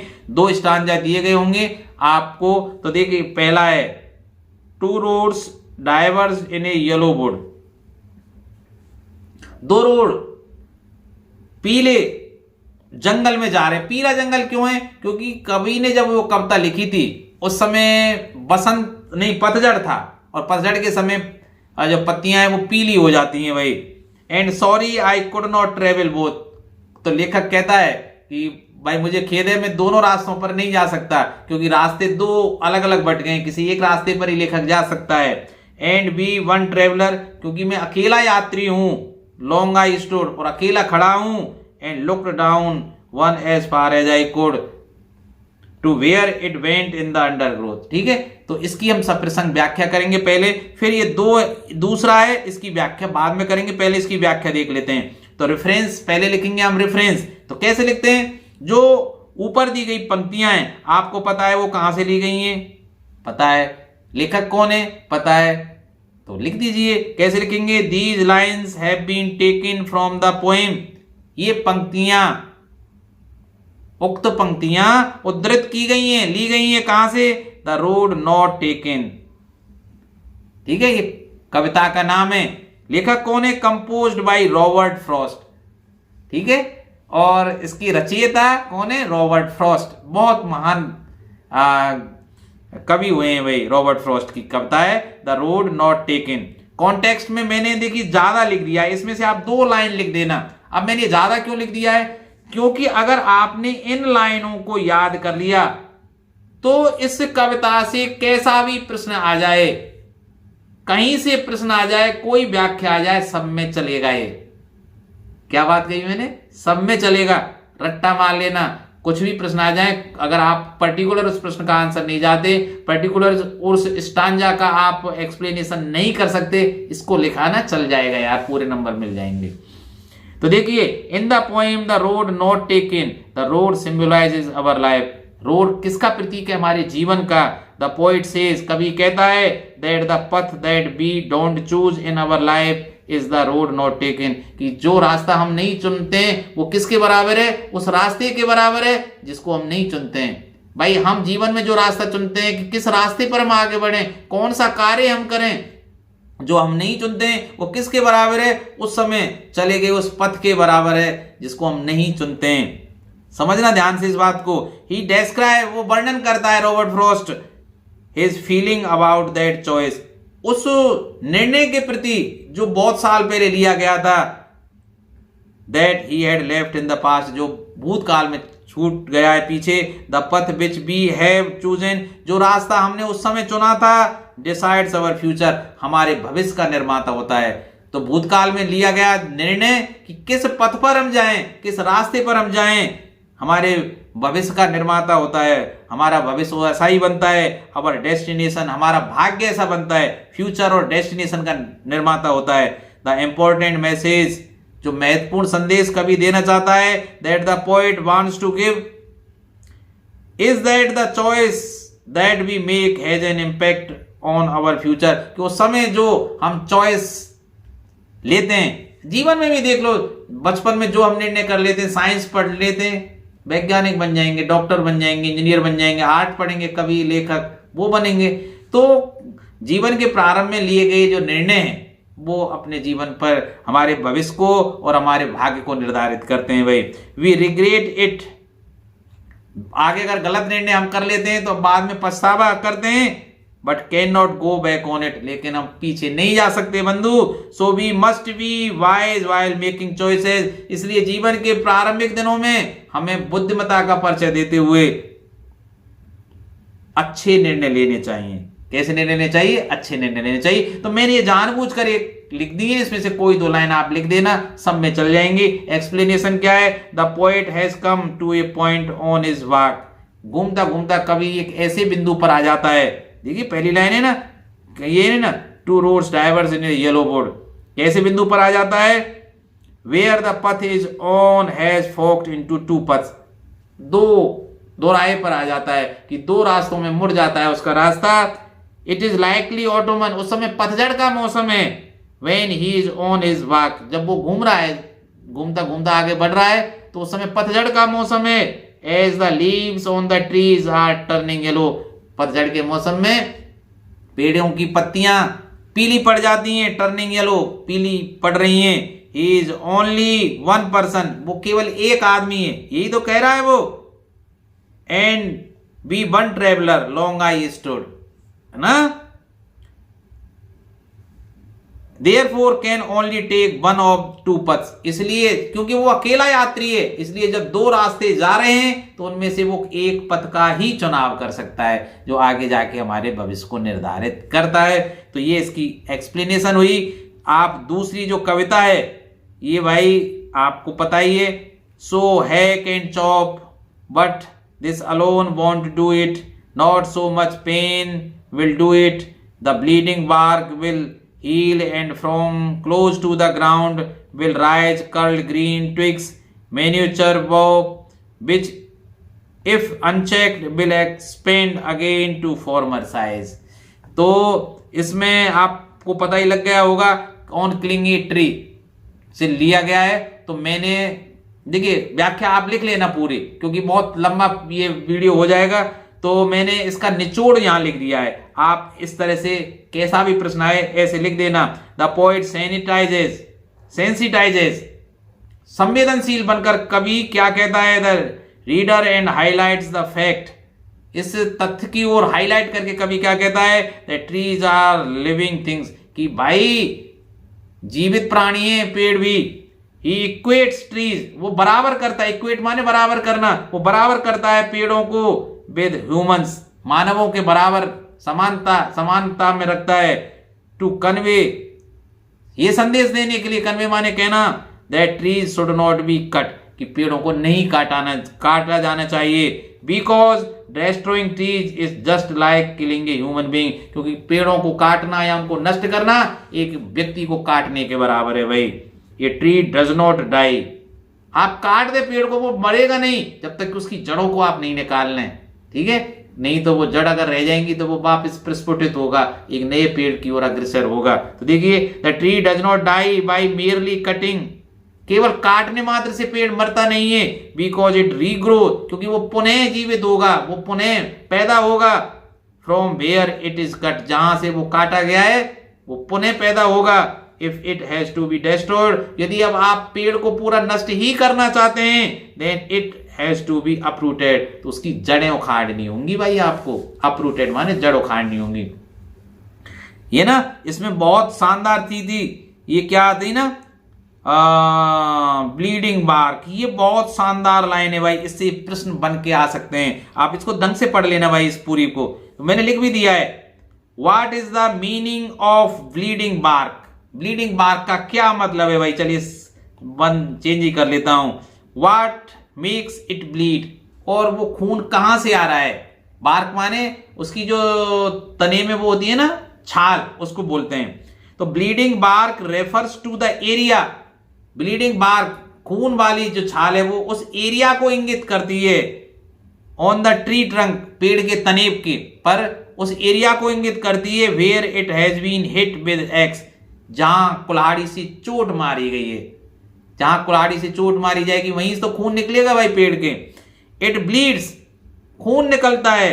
Because the wood cutter has bounded the tree, क्योंकि जो लकड़हारा है ना, लकड़ी काटने वाला, उसने पेड़ को घायल कर दिया है भाई। यहां पूरा सिम्बोलाइज, सेंसिटाइज कर दिया है संवेदनशीलता में ये बताया कवि ने कि ह्यूमन बीइंग मानव प्राणी और पेड़ बराबर हैं, ठीक है, by cutting and chopping it.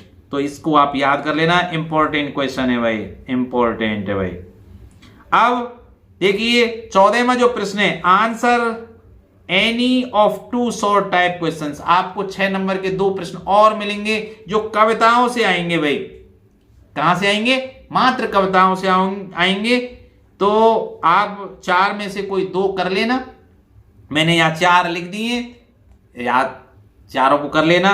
तो देखिए पहला प्रश्न है, how does the poet describe the sky before the rain falls. वर्षा होने से पहले कवि आकाश का वर्णन कैसे करता है? There were dark clouds hovering around the sky. चारों ओर से घुमड़ घुमड़ के गहरे बादल आ रहे थे आकाश में। दे हिड द स्टार्स। उन्होंने तारों को छिपा लिया था। विद डार्कनेस, अंधकार के से। ऑल अराउंड, चारों ओर, मतलब घने घने बादलों ने तारों को अपने अंधकार में छिपा लिया था। द पोएट कंपेयर्स, कवि तुलना करता है द डार्कनेस, उस अंधेरे की, किससे? सैडनेस से, उदासी से। As these humid shadows gently weep, ना, अब समझ गए होंगे कि which pours down rainy tears. जब आदमी उदास होता है ना, तो मन में भी बादलों की तरह गहराई में उदासी छा जाती है। तो वो घने गहरे बालों का जो मतलब बादलों का प्रतीक है। और जैसे ज्यादा उदास होने पर आदमी के आंसू टपकने लग जाते हैं ना, टपकते हैं ना, उसी तरह घने बादलों से भी आंसू रूपी बूंदें गिरने लग जाती हैं। तो ये तुलनात्मक वो है, इसको आप याद कर लेना। दूसरा प्रश्न है, what happened one Sunday afternoon when the author was at home. क्या घटित हुआ संडे आफ्टरनून को जब कवि या लेखक घर पर था? The author was doing his homework, it was Sunday and outside it was very cold. घर पर ही था संडे को, बाहर बहुत ठंड थी। Suddenly the author smelled something strange. अचानक लेखक को महसूस हुआ कि कुछ अजनबी सा घटित हो रहा है। He saw that the fire was coming in, दो द सीलिंग की छत से आग की लपटें आ रही हैं। He found that the whole house was on fire. उसे पता लगा कि पूरे घर में ही आग लग गई है। ठीक है, संडे मॉर्निंग वाली बात। तीसरा प्रश्न ये देखिए, 5 नंबर वाले प्रश्न में भी आ सकता था, मैंने जानबूझ के यहाँ रख दिया है इसको। आप इसमें से भी 2-3 प्रश्न बन सकते हैं, इसलिए इस पूरे को याद कर लेना, हो सकता है ये 5 नंबर में आ जाए। What do the 2 road symbolize in the passage. वैसे वहां बता दिया था कि जो 2 रोड्स हैं वो किसके प्रतीक हैं। What is the significance of choosing a road. और किसी एक रोड को चुनने का क्या महत्व है। तो देखिए, the 2 roads that the poet traveller faces in the walk और journey are symbolic of the choice. जो घूमते घामते जब कभी 2 राह पर आ जाता है और एक रास्ते को चुनता है, तो वो इस बात का प्रतीक है कि हम जो जीवन में चॉइस बनाते हैं ना, we have to encounter our life, जिनका हमें आगे जाके जीवन में सामना करना पड़ता है। द जर्नी और ए सिंपल वॉक, जो यात्रा करता है या साधारण वो चलता है, it self is a metaphor for the great journey of life. ये अलंकार के रूप में इस्तेमाल किया है क्योंकि ये हमारे जीवन की यात्रा है, वो साधारण यात्रा नहीं है, हमारे जीवन की यात्रा है। In the poem the poet after prolong thought, बहुत सोच विचार के बाद कवि उस कविता में decides to take the road less travelled, उस पथ को चुनता है जिस पर सबसे कम लोग जानते हैं, कम लोग जाते हैं। लेस ट्रेवल्ड मतलब जहां सबसे कम लोग जाते हैं। एक्सेप्टिंग इट्स चैलेंजेस, वो इसके उस रास्ते में आने वाले जो चैलेंज हैं, है ना, उनको स्वीकार करता है। एंड अनसर्टेनिटीज, और उसमें जो अनिश्चितताएं उनको भी स्वीकार करता है। द डिसीजन इज फाइनल, अंत में वो डिसीजन फाइनल कर बनाता है। एंड इरिवर्सिबल, और ऐसा डिसीजन करता है कि बदलने वाला नहीं है।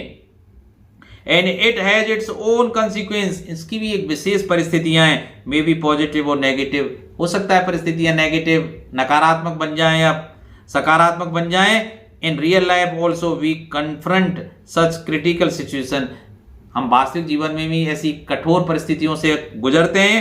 Where we face altering option, जहां हमें 2 राह पर खड़े हो जाए। अल्टरनेटिव बदलने वाला, कि इसको लें या इस काम को करें या इस काम को करें। The decision we make is crucial, उस समय हम जो डिसीजन करते हैं वो बहुत महत्वपूर्ण होता है, क्रूशियल होता है। We should contemplate over the choices before and then decide our priorities, हम उसका विश्लेषण करते हैं और फिर अपनी आवश्यकताओं के हिसाब से डिसीजन बनाते हैं, करते हैं। Once we make the decision, लेकिन एक बार जब हम निर्णय कर लेते हैं, एंड प्रोसीड, और आगे बढ़ते हैं अकॉर्डिंगली, उसके अनुसार, we can never reverse it, तो हम उस पर वापस नहीं जा सकते।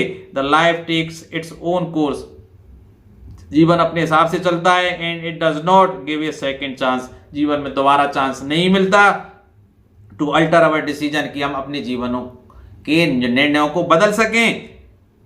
हेंस डिसाइड वाइजली, इसलिए बहुत ही बुद्धिमता से निर्णय लें कि हमें करना क्या है। देखिए 14 प्रश्न है, whenever we told to hate our brother, जब हमसे कहा जाता है कि हम अपने भाइयों से घृणा करें, when do you think this happen, आप कब सोचते हैं ऐसा घटित होता है, वाई और क्यों होता है। हु टेल्स अस, ऐसा हमें कौन कहता है कि हम अपने भाइयों से घृणा करें। Should we do as we are told such times, क्या हमें ऐसे काम करने चाहिए जो हमसे कहे जाते हैं। व्हाट डज द पोएट से, इस बारे में कवि क्या कहता है। तो देखिए आंसर क्या है, usually we are told to hate our brothers, सामान्यतः हमसे कहा जाता है कि हम अपने भाइयों से घृणा करें। कौन करते हैं ऐसा काम, ये राजनेता करते हैं। People belonging to other countries, या बाहर के लोग हैं, वो कहते हैं at the time of war, युद्ध के समय ऐसी बातें कही जाती हैं। पॉलिटिकल लीडर कहते हैं, राजनेता कहते हैं इन चीजों को। एंड पावरफुल, जो पावर में होते हैं ना शक्तिशाली लोग, वो कहते हैं कि ये मेरी पार्टी है, ये मेरे लोग हैं, ये मेरे धर्म के हैं। ऐसी बातें या तो युद्ध के समय की जाती हैं, या जो दुश्मन देश है वो कहता है। पाकिस्तान तो अब भी कहता है भारतीयों के लिए ज्यादातर नफरत वाली बातें। तो देखिए, who work for their personal gains, ये जो लोग हैं ना, या युद्ध में उन्मुक्त हैं जो, या जो राजनेता हैं, वो अपने पर्सनल व्यक्तिगत लक्ष्य की प्राप्ति के लिए ऐसा हम लोगों से कहलवाते हैं। आस्क अस टू डू, जो ऐसा करने के लिए कहते हैं। However we should not act as a puppet, लेकिन हमें कठपुतली, पपेट माने कठपुतली की तरह व्यवहार नहीं करना चाहिए। एक्ट माने कार्य करना, एज ए पपेट, पपेट माने कठपुतली, तो हमें कठपुतली की तरह व्यवहार नहीं करना चाहिए कि जैसे वो नचाए हम नाचने लग जाएं। In their hands and so as they say, जैसा वो कहते हैं और उनके हाथों में हम कठपुतली की तरह नहीं कार्य करें। We should understand that war is futile, हमें महसूस करना होगा कि ये तुच्छ है, भंगुर है, युद्ध समाप्त होगा किसी दिन, फ्यूटाइल है, तुच्छ है। एंड एनालाइज द सिचुएशन, और हमें उसका विश्लेषण करना चाहिए उस परिस्थिति का। बिफोर जंपिंग इनटू कंक्लूजन, किसी निर्णय पर पहुंचने से पहले हमें परिस्थितियों का विश्लेषण करना चाहिए। The poet asks us to remember, हमसे कहता है कि हम याद रखें, that by hating our brothers, कि यदि हम भाइयों से, अपने भाइयों से, मानवों से घृणा करेंगे, वी आर डिसप्रोसेसिंग, तो हम विश्वासघात कर रहे हैं। कंडेमनिंग अवर सेल्फ, अपने आप की निंदा कर रहे हैं। When we take arms against each other, जब हम एक दूसरे के विरुद्ध हथियार उठाते हैं, आर्म्स माने हथियार उठाते हैं। We pollute the human earth, तो हम मानवीय पृथ्वी को दूषित करते हैं। And violate the purity of the atmosphere, और जो वातावरण की शुद्धता है उसको हम प्रदूषित करते हैं। ऐसा अगर हम करते हैं तो निकृष्ट व्यक्तियों में हमारी पहचान बढ़नी चाहिए। अब मूवमेंट से लिए गए प्रश्नों पर हम आते हैं। Answer any of two short answer type questions, तीन नंबर के 2 प्रश्न आपको दिए गए 4 प्रश्नों में से करने होंगे। Here are some questions. Who were Sue and Johnsy and how were they living, और वे कैसे रह रहे थे। Sue and Johnsy were young struggling artist, कैसे थे, यंग स्ट्रगलिंग, संघर्ष करने वाले कलाकार थे। दे लिव्ड टुगेदर, एक साथ रहते थे। इन ए स्मॉल फ्लैट, छोटे से फ्लैट में। Their flat was situated on the 3rd storey of an old house, तीसरी मंजिल पर था पुराने घर में उनका जो फ्लैट था। जॉनसी वाज सफरिंग फ्रॉम फिनोमिनिया, ठीक है, निमोनिया से संक्रमित थी, पीड़ित थी। And she was taking care of her, और सी उसकी देखभाल कर रही थी भाई। What was the insurance job, insurance job, ये तो बहुत अच्छी कहानी है, आपने पढ़ी होगी। इंश्योरेंस का काम क्या था। Mahindra considered insurance and asset, ठीक है, महिंद्रा फैक्ट्री एक ऐसी कंपनी में काम करता था जिसकी जगह जगह, इसको भी पूछ सकता है कि ट्रांसफर होता रहता था, साइटों पर जाना पड़ता था। He was not only his cook, Eswaran ना केवल महेंद्र का कुक था, बट ऑल्सो वास्ट महेंद्राज क्लॉथ, और उसके कपड़े भी धोता था, धोबी और कुक दोनों ही था भाई। He also entertain Mahindra at night, इसके अलावा रात को वो उसका मनोरंजन भी करता था, तरह तरह की कहानियां सुनाकर, आ गया ना समझ में, बाई टॉकिंग टू हिम, उससे बात कर कर, and something telling him stories, और नई नई कहानियां बनाकर। नंबर 1 का झूठ बोलने वाला था, बहुत लंबी फेंकता था वो, ठीक है। इसमें से दूसरा प्रश्न ये भी आ सकता है, where was Mahendra's working place, Mahendra का काम करने का स्थान कौन सा था, and what was the thing he used to keep always with him, और ऐसी कौन सी चीज थी जिसको वो हमेशा अपने पास रखता था Mahindra.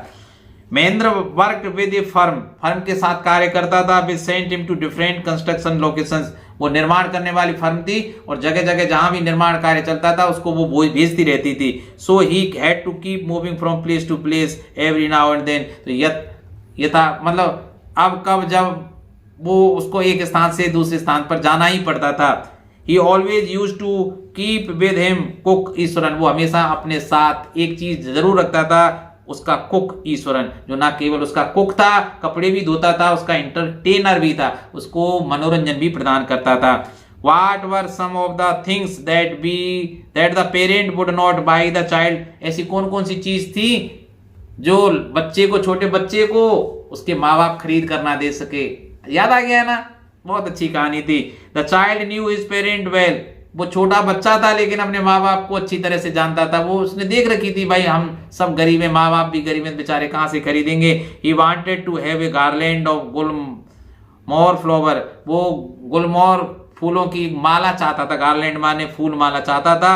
But he knew that his parents would say that the flowers were very cheap, लेकिन उसके वो जानता था कि ये तो भाई सस्ते फूल हैं, इनका लेकर तू क्या करेगा, ऐसी बातें उसके पिता कहेंगे।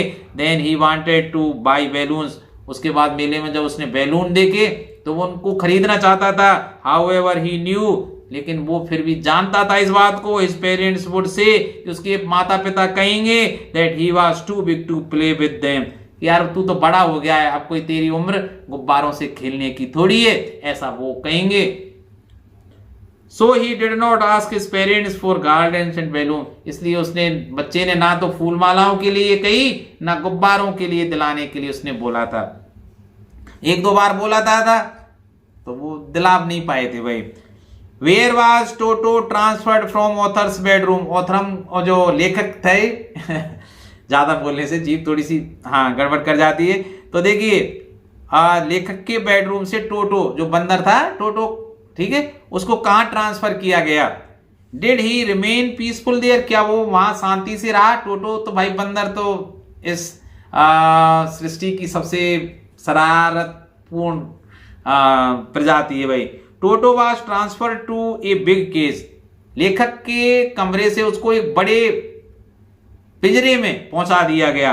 It was in the servants quarter, जो सर्वेंट का जो क्वार्टर बना हुआ था नौकरों के लिए कमरा, उसमें रखा हुआ था। There other animals of grandfather's private zoo were also kept, वहां दादाजी के और जो पालतू जानवर थे वहां रखे गए थे।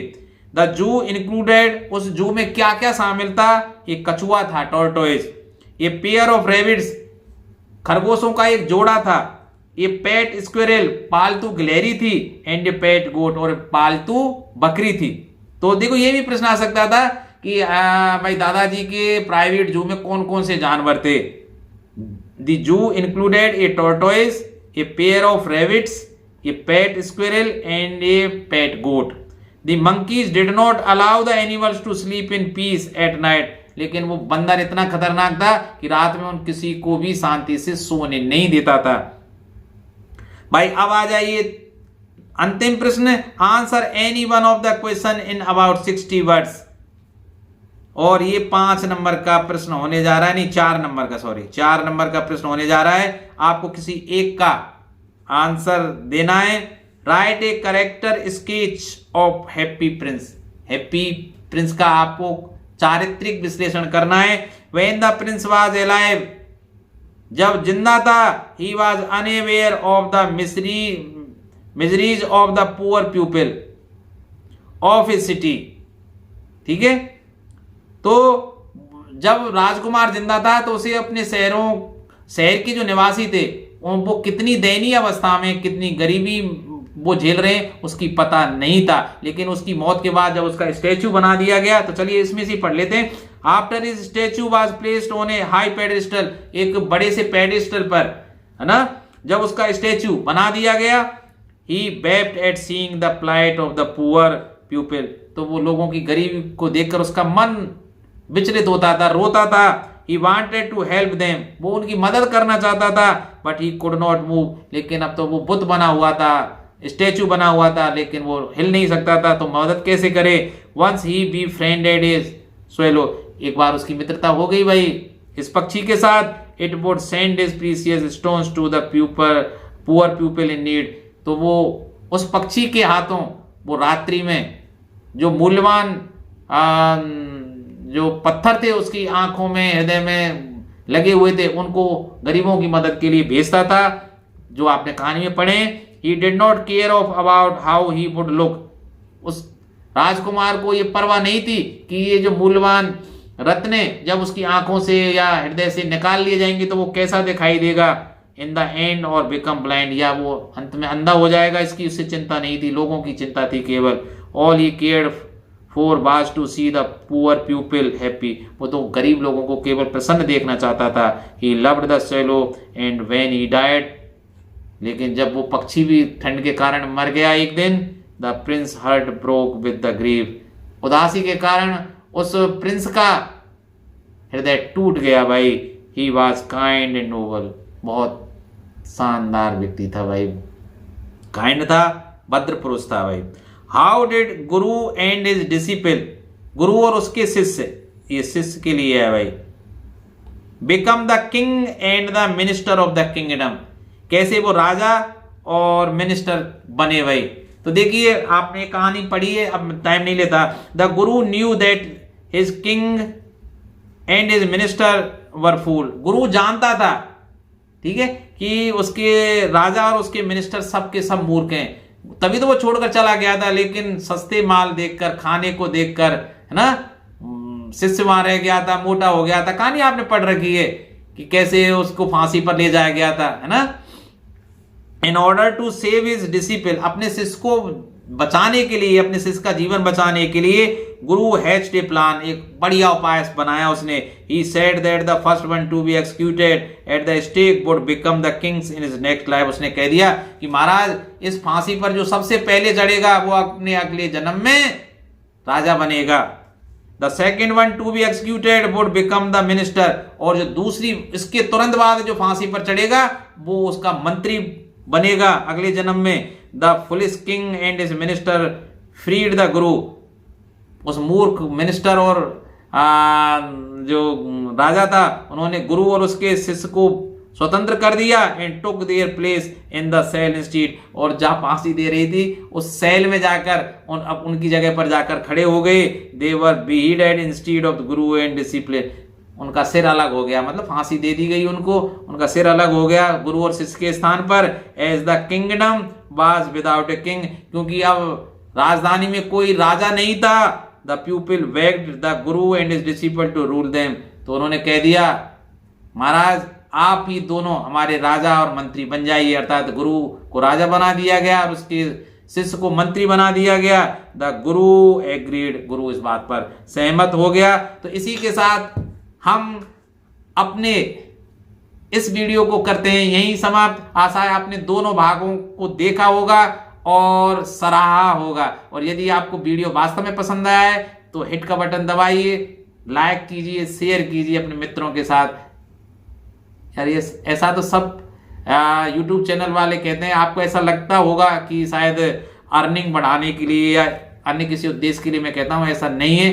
केवल चैनल सब्सक्राइब और लाइक के लिए मैं ऐसा कहता हूं कि मुझे थोड़ी सी आत्म संतुष्टि हो जाए। आप लोग ऐसा सोचते हैं कि वीडियो बनाना बहुत आसान है, नहीं है। इस वीडियो को बनाने में मुझे 8 से 10 घंटे लगे थे। कल मैंने रात को प्रोग्राम शुरू किया था, आज पूरे दिन सुबह 7 बजे से और लगातार 2:30 बजे तक मैंने प्रश्नों को बनाया, आईपैड पर लिखा, क्योंकि जिससे समय कम लगे। तो एक वीडियो को बनाना इतना मजाक नहीं होता, निर्धारित करना होता है कौन सा प्रश्न कहाँ आएगा, कितने नंबर का आएगा, पूरी व्यवस्था देखनी पड़ती है, प्रश्नों को लिखना पड़ता है, तो यार क्या एक लाइक का भी हक नहीं बनता मेरा? मर्जी आपकी, करें तो ठीक, नहीं करें तो ठीक। तो मिलते हैं किसी नए वीडियो में, तब तक आप खुश रहिए, आबाद रहिए, इसी तरह पढ़ते रहिए। और हाँ, देखना ना भूलें, मैं विज्ञान और गणित का भी लाऊंगा, उनको समय से पहले लेकर आऊंगा। ये समय थोड़ा लेट हो गया, तो वीडियो को करते हैं समाप्त। जय हिंद।